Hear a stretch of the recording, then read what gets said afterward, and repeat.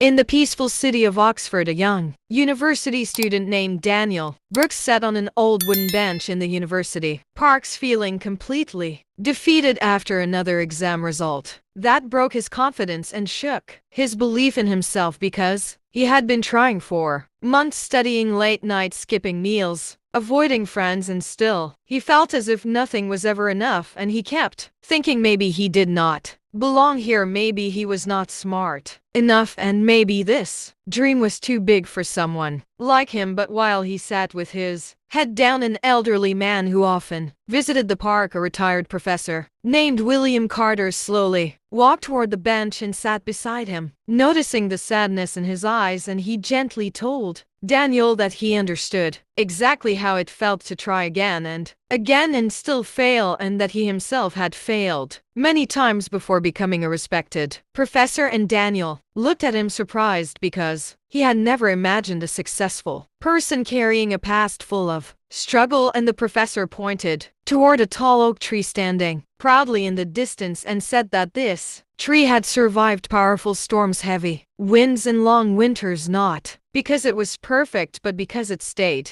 rooted and refused to fall. And he asked Daniel to make one promise, that whenever life became heavy, he would not quit. He would stand tall like that oak tree. And something inside Daniel slowly opened, like a small ray of hope, and he promised with a quiet determination that he would not give up. And after that day, he began studying again, but with patience, with balance, with belief in himself, and little by little he improved, until the day came when he finally passed the exam he once feared the most. And whenever he walked through the park, he looked at the oak tree and felt a warmth in his heart, because he knew he had kept his promise, and that one moment of kindness had changed the direction of his entire life, reminding him and everyone who hears his story that sometimes the smallest spark of hope is enough to light up the darkest path, and no storm can defeat a person who chooses to keep standing.